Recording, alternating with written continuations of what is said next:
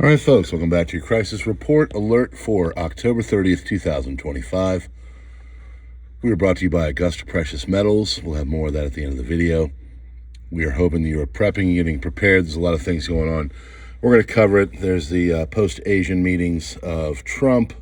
There's some things going on in the Middle East. There's the aftermath of Melissa. Europe and America are both having some economic issues. We're going to cover a lot about that. And some things going on with our Pentagon as everybody gets prepared for the inevitable global war. So let's get started on your Crisis Report Alert. Here we go. President Trump has ordered the Pentagon to start testing nuclear weapons for the first time since 1992.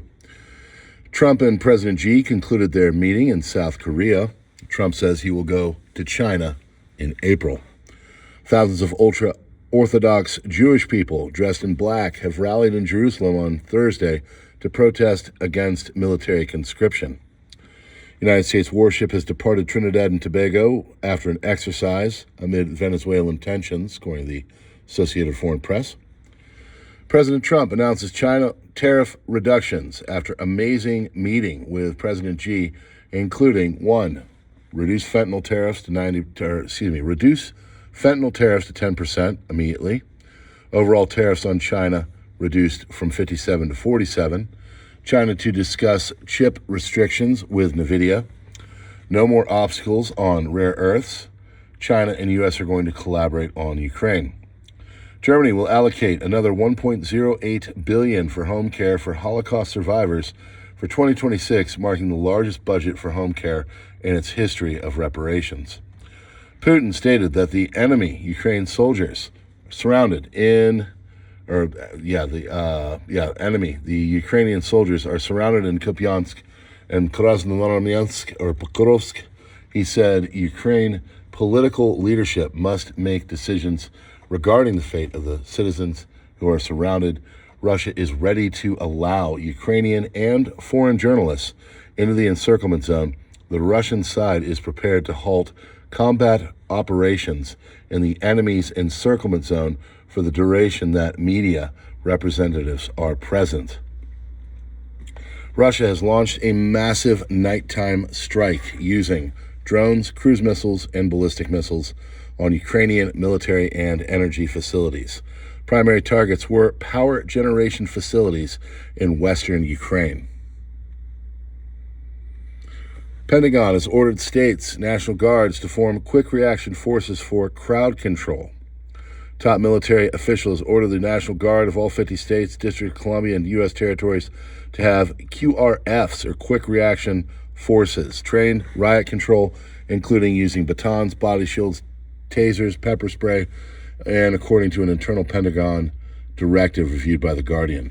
Memo signed on October 8th by Major General Ronald Burkett, Director of Operations for the Pentagon's National Guard Bureau, set thresholds for the size of the quick reaction force to be trained to each state, and most states required to train 500 National Guard members for a total of 23,500 troops nationwide.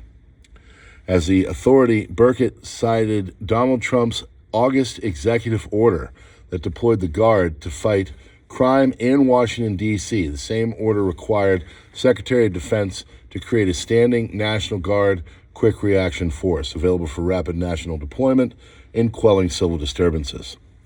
Almost 100,000 men aged 18 to 22 have left Ukraine in 2 months, happening after Kiev lifted travel restrictions for the category of citizens at the end of August, according to the Telegraph and data from the Polish Border Service.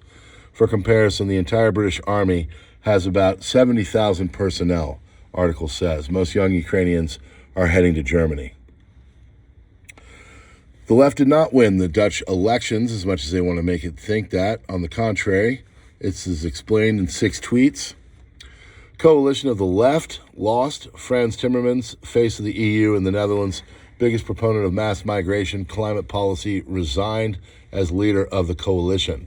He was seen as the next PM by the media, betting markets alike, but voters rejected him. National right parties, PVV, FVD, and JA21 won. 2017, they got 22 seats. 21, they got 28. 23, they got 41. Today, they got 42. Meta-politically, things are heading in the right direction. Polling shows 40% of Dutch voters want a right-wing cabinet, 28% prefer a center cabinet, and only 20% want leftist policies. Due to the treasonous nature of many of these center politicians and others, this is according to this political analyst, mainstream media, we will once again get a government that continues the policies that they're doing. Labeled D66 was labeled the winner yesterday by the mainstream media. It regained its previously lost seats, but came in second with 100% or 99.7% of the vote. Only reason they are now looking at its leader, Rob Jetten, to form a government is because biggest party, PVV, is being excluded from coalitions by other parties.